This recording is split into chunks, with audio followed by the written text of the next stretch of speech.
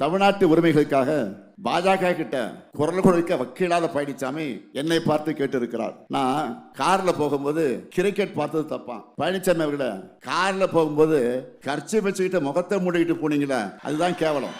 இன்னொன்று சொல்லியிருக்கிறார், ஒரு முதலமைச்சர் கிரிக்கெட் பார்க்கலாமா அப்படின்னு கேட்டிருக்கிறார். முதலமைச்சர் கிரிக்கெட் பார்க்கறது தப்பு இல்ல. முதலமைச்சரா இருந்துட்டு தூத்துக்குடியில 13 அப்பாவில சுட்டு கொண்ட டிவியில பார்த்து தான் தெரிஞ்சுக்கிட்டேன்னு வெக்கம் இல்லாம சிரிச்சுக்கிட்ட சொன்னீங்களா, அதுதான் மாபெரும் தப்பு, மிகப்பெரிய கேவலம். பழனிசாமியை அவருடைய ஓனர் மோடியை பார்த்து தான் கேள்வி கேட்கணும். நேற்று இரவு 8 மணிக்கு பிரதமர் அவர்கள் தொலைக்காட்சியில பேசியிருக்கிறார். அதை பிரதமர் மோடியின் உரை என்று சொல்வதை விட பாஜக தலைவர் மோடி அரசியல் உரை என்று தான் சொல்லணும். தேர்தல் நடத்தை விதிமுறை அமலில் இருக்கும் போது தேசிய கொடியின் பின்னணியில வார்த்தைக்கு வார்த்தை எதிர்கட்சிகளை திட்டி அவர் பேசியிருக்கிறார். தேர்தல் பரப்புரை கூட்டத்தில் பேச வேண்டியதெல்லாம் அரசு சார்பான உரைகளை பேசியிருக்கிறார். இது ஒரு அப்பட்டமான விதிமீறல். மாநில கட்சிகள் மூலமாகவும் சரி, மறைமுகமாகவும் சரி, பாஜக உள்ளே புகுந்து உருப்பட்ட ஒரு மாநிலம் கூட இந்தியாவில் கிடையாது. சங்கிப்பட உள்ள நுழைஞ்சால சர்வநாசம் தான். அப்படி ஒரு கட்சியின் கூட்டணிக்கு தமிழ்நாட்டின் நலன் மேல அக்கறை உள்ளவங்கள ஒரு வாக்கு கூட விடக்கூடாது. திமுக அரசு இருக்கிற காரணத்தால் தான் தமிழ்நாடு காப்பாற்றப்படுகிறது. என் உயிரோடு கலந்திருக்கக்கூடிய தலைவர் கலைஞர் அவர்களின் உயிரினும் உயிரான அன்பு உடன்பிறப்புகளே, உங்கள் அனைவருக்கும் அன்பான வணக்கம். அந்திரிக்கு நமஸ்காரம். எல்லாம் உண்ணாரு ಎಲ್ಲರಿಗೂ நமஸ்கார சொன்னகிதீரா. மகிழ்ச்சி. தமிழ்நாடு மொத்தம் பயணம் செஞ்சுட்டு கிருஷ்ணகிரி மாவட்டத்திற்கு நான் வந்திருக்கிறேன். 2 நாட்களுக்கு முன்னாடி தமிழ்நாட்டோட உரிமைகளை திமுகவில் மட்டும்தான் காப்பாற்ற முடியும்னு நிரூபிச்சுட்டு உங்க முன்னாடி கெத்தா நின்றுகிட்டு இருக்கிறேன். இப்ப சொல்லுங்க, திராவிட மாடல் 2.0க்கு நீங்க ரெடியா? நீங்க ரெடியா? ஒட்டுமொத்த தமிழ்நாடும் ஓகே சொல்லிட்டாங்க.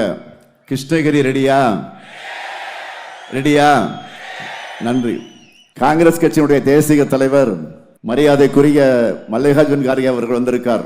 நம்மோட மதச்சார்பற்ற முற்போக்கு கூட்டணி இந்த அளவு வலிமையா தொடர்வதற்கு அடித்தளமாக இருக்கக்கூடிய மூத்த தலைவர் அவர். அதே போல நேற்று அன்பிற்கினிய சகோதரர் ராகுல் காந்தி அவர்களும் தமிழ்நாடு வந்து பிரச்சாரம் செய்து விட்டு போயிருக்கிறார். அவர் பிரச்சாரம் செய்கிற போது ஒன்றை குறிப்பிட்டு சொன்னார். இந்த முத்துவேல் கருணாநிதி ஸ்டாலினை மோடி அவர்களால கண்ட்ரோல் பண்ணவே முடியாது, அதனாலதான் அடிமை அதிமுக ஆட்சியை தமிழ்நாட்டில் நிறுவ வேண்டும் என்று பார்க்கிறார் என வலிமையா பேசிட்டு போயிருக்கிறார்.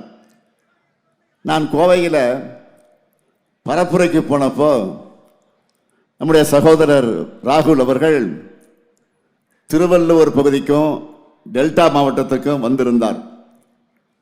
நான் நாளைக்கு சென்னையில் பிரச்சாரம் பண்ணும்போது அவர் தென்கோடியில குமரியில பிரச்சாரத்தில் இருப்பார். சுத்தி சுத்தி நானும் என்னுடைய சகோதரர் ராகுல் காந்தி அவர்களும் எல்லா திசைகளும் நம்ம கூட்டணியுடைய வெற்றியை உறுதிப்படுத்திட்டு வரோம். அதுக்கு மேல வலிமை சேர்க்க வந்திருக்கிற மரியாதைக்குரிய கார்கே அவர்களுக்கு உங்கள் அனைவரின் சார்பில் முதலில் என்னுடைய நன்றியை நான் தெரிவிச்சுக்க விரும்புகிறேன். இப்போ நம்ம வெற்றி வேட்பாளர்களை அறிமுகப்படுத்த போறேன். உங்க அனுமதியோடு அறிமுகப்படுத்தலாமா? முதல்ல பர்கூர் சட்டமன்ற தொகுதி நமது வேட்பாளர் மதியழகன் அவர்கள்.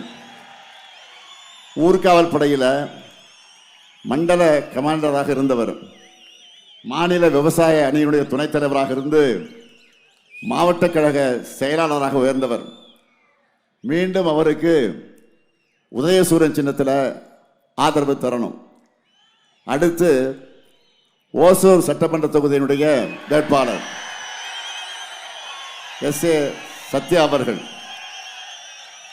ஓசூர் நகராட்சி கவுன்சிலராக இருந்தவர், ஓசூர் நகராட்சி தலைவராக வளர்ந்தவர், ஓசூர் மாநகர மேயராக உயர்ந்தவர், சட்டமன்ற உறுப்பினராகவும் மக்கள் பணியாற்றின இவருக்கு உதயசூரியன் சின்னத்தில் நீங்கள் ஆதரவு தரணும்.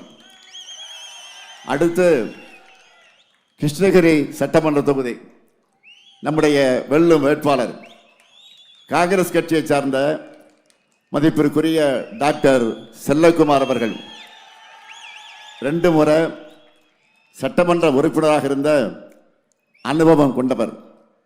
2019 கிருஷ்ணகிரி நாடாளுமன்ற தொகுதியில் போட்டியிட்டு வென்றவர். அகில இந்திய காங்கிரஸ் கமிட்டி செயலாளர்களில் ஒருவரான அவருக்கு நீங்க கை சின்னத்தில் ஆதரவு தந்து வெற்றி பெற வைக்கணும்.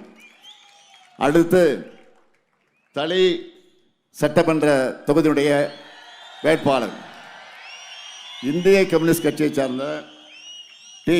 ராமச்சந்திரன் அவர்கள் கடந்த முறையும் சட்டமன்ற உறுப்பினராக வெற்றி பெற்று சட்டமன்றத்தில் மக்களுக்காக குரல் கொடுத்தவர். இந்திய கம்யூனிஸ்ட் கட்சியினுடைய கிருஷ்ணகிரி மாவட்ட செயலாளர். அவருக்கு கதிர் அருவாள் சின்னத்தில் ஆதரித்து அவர் வெற்றி பெற வைக்கணும். அடுத்து ஊத்தங்கரை சட்டமன்ற தொகுதி நம்முடைய வேட்பாளர் ஆர். குப்புசாமி அவர்கள் INTUC தேசிய செயலாளர், TVS மோட்டார் தொழிற்சங்கத்தினுடைய தலைவர் ஆகிய பொறுப்பில் இருக்கக்கூடிய குப்புசாமி அவர்களுக்கு கை சின்னத்தில் ஆதரவு தந்து அவர் வெற்றி பெற வைக்கணும். அடுத்து வேப்பனஹள்ளி சட்டமன்ற தொகுதி வெல்லும் வேட்பாளர் PS சீனிவாசன் அவர்கள் மாணவ பருவத்திலிருந்து கழகத்தோட செயல் வீரராக பணியாற்றியவர். நான் வளர்த்த இளைஞரனுடைய மாநில துணை செயலாளர் தம்பி சீனிவாசனுக்கு உதயசூரிய சின்னத்தில் ஆதரவு தரணும்.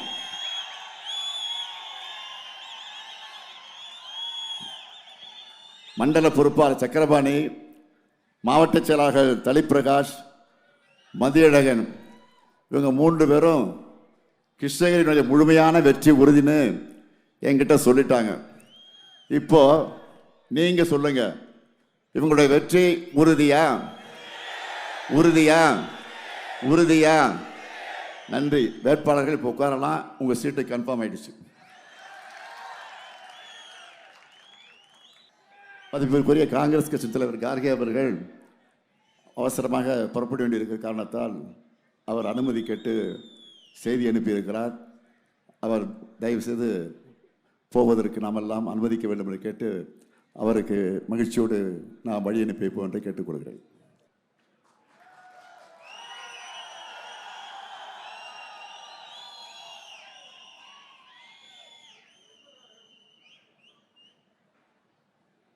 கிருஷ்ணகிரி மாவட்டத்திற்காக நிறைய பணிகளை நிறைவேற்றி கொடுத்திருக்கக்கூடிய அந்த உணர்வோடு உரிமையோடு நான் நம்முடைய வேட்பாளருக்கு வாக்கு கேட்க வந்திருக்கிறேன். அந்த முக்கியமான சாதனைகளில் அனைத்தையும் சொல்வதற்கு நேரம் இல்லை. ஆனால் தலைப்புச் செய்தியாக சிலவற்றை மட்டும் நான் சொல்ல விரும்புகிறேன். ஓசூரில் 100 கோடியில் பிரம்மாண்ட மருத்துவமனை என்று சொல்றதை விட அதை பார்க்கவே ஒரு திருமண மாளிகை மாதிரி அமைந்திருக்கிறது. அது மட்டும் இல்லை, தேன்கனி கோட்டை மருத்துவமனை மேம்பாடு, ஆழியாளம் அணைக்கட்டு, தென்பெண்ணை ஆற்று நீர் மூலமா கிருஷ்ணகிரி, தருமபுரி மாவட்டங்களுடைய பல பகுதிகள் பயன்பெறக்கூடிய திட்டம். எண்ணெய்கோல் அணைக்கட்டு நீரை வறண்ட பகுதிக்கு கொண்டு போக திட்டம். கிருஷ்ணகிரி மக்களோட நீண்ட நாள் கோரிக்கையான பாரூர் ஏரி கிழக்கு பிரதான கால்வாய் அமைச்சு போச்சம்பள்ளி மற்றும் ஊத்தங்கரை வட்டங்கள் இருக்க 33 ஏரிகளுக்கு தண்ணீர் நிரப்பக்கூடிய திட்டம். ஓசூர் மாநகராட்சியில் பாதாள சாக்கடை திட்டம். அஞ்சட்டியை தலைமையிடமாக கொண்டு புதிய ஊராட்சி ஒன்றியம். ஓசூர் விஸ்வநாதபுரத்தில் தோழி விடுதி. ஓசூரில் புறநகர் புதிய பேருந்து நிலைய பணிகள், புதிய ரயில்வே மேம்பாலம் அறிவிப்பு என கிருஷ்ணகிரி இந்த அளவிற்கு எந்த அளவுக்கு இல்லாத அளவுக்கு ஒரு பெரும் வளர்ச்சியை ஓசூர் அடைஞ்சிருக்கு. ஒரு காலத்தில் சிறிய தொழிலகரமாக அறிவிக்கப்பட்ட ஓசூர் இன்னைக்கு உலக புகழ்பெற்ற நிறுவனங்கள் தங்களுடைய முதலீடுகளுக்காக தேர்ந்தெடுத்து தொழிற்சாலைகளை நிறுவி இயக்கி வர்ற நவீன தொழில் மையமாக உருவெடுத்திருக்கு.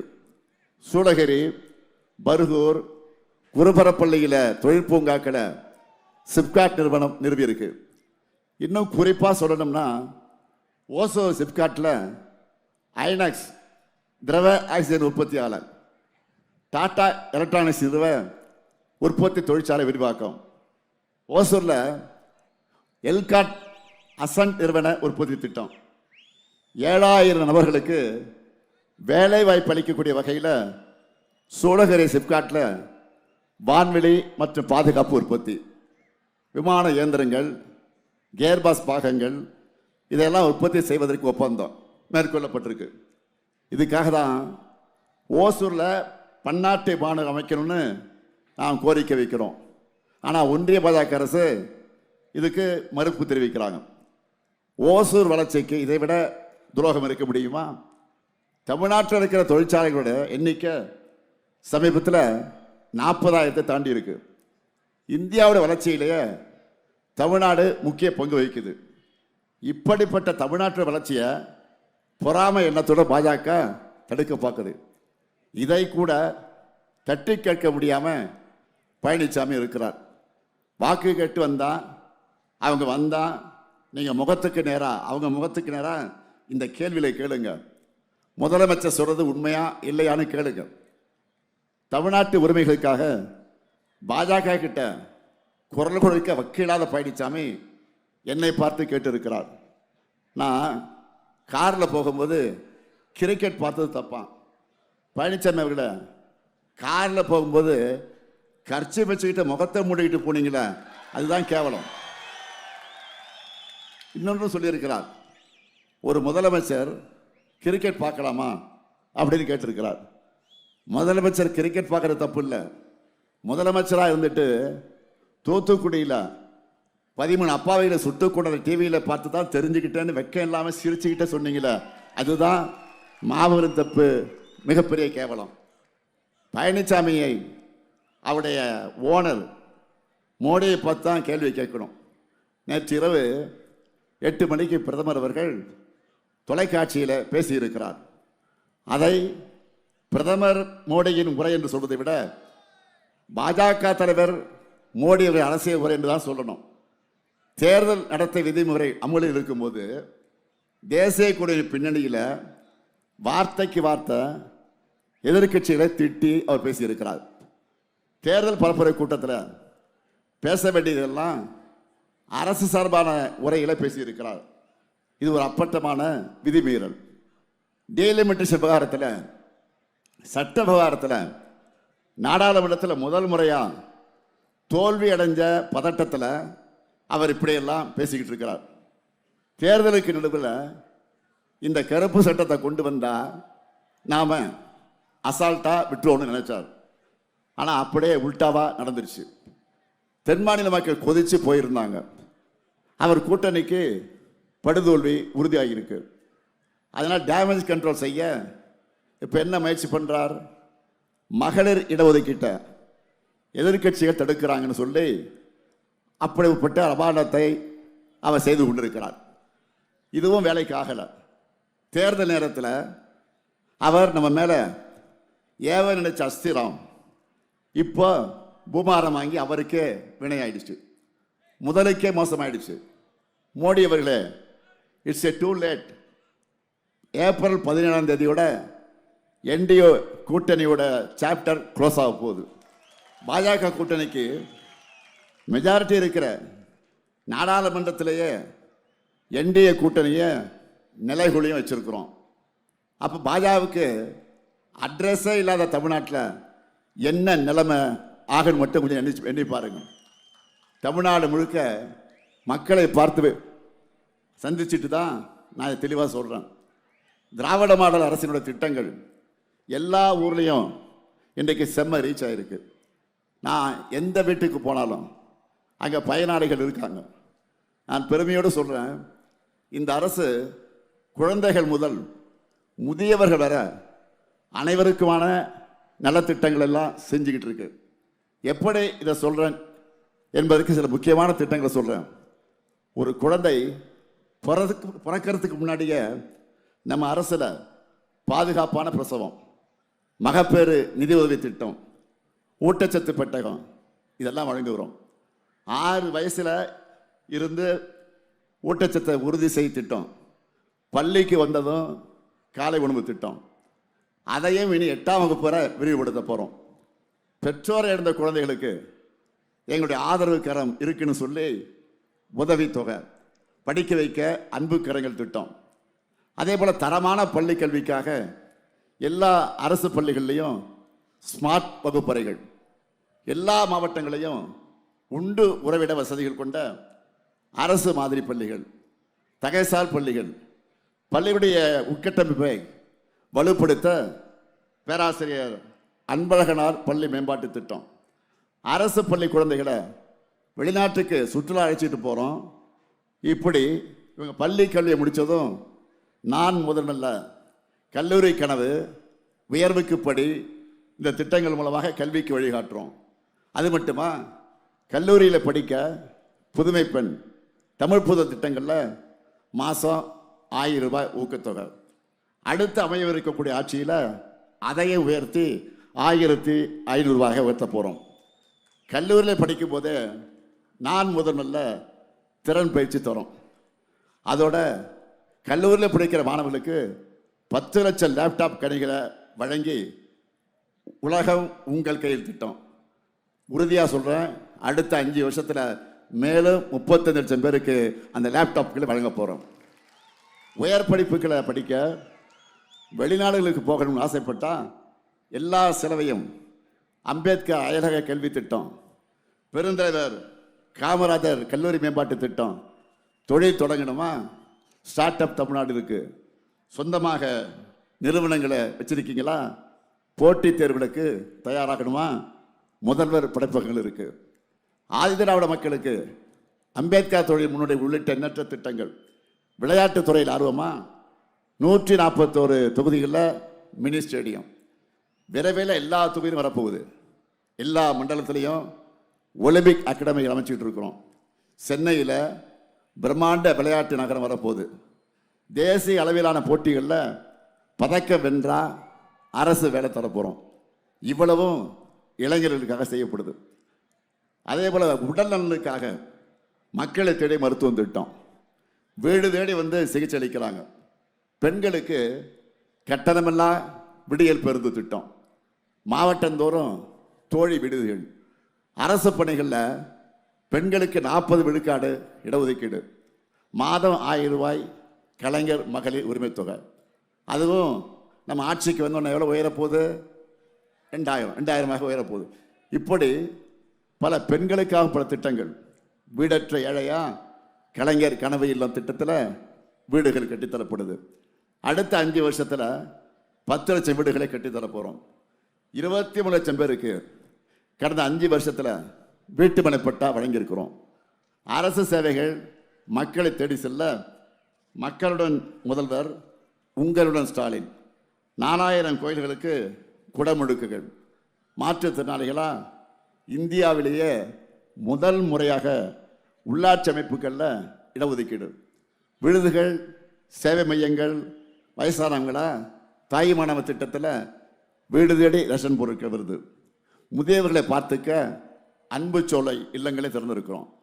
ஓய்வூதிய தொகையை 2000 ரூபாய் உயர்த்தி வழங்க போகிறோம். இப்படி நான் செயல்படுத்தி வர திட்டங்களை எல்லாம் பெருமையாக சொல்லி உங்கள் கிட்ட நான் வாக்கு கேட்க வந்திருக்கிறேன். மறுபக்கம் பாருங்க, 4 ஆண்டு ஆட்சி செஞ்ச பழனிசாமி அவர்களால் இப்படி ஒரே ஒரு திட்டத்தை சொல்ல முடியுமா? இப்படிப்பட்ட அவல ஆட்சியையும் திராவிட மாடல் 5 ஆண்டுகள் ஆட்சியையும் நீங்களே தயவு செஞ்சு ஒப்பிட்டு பார்க்கணும்.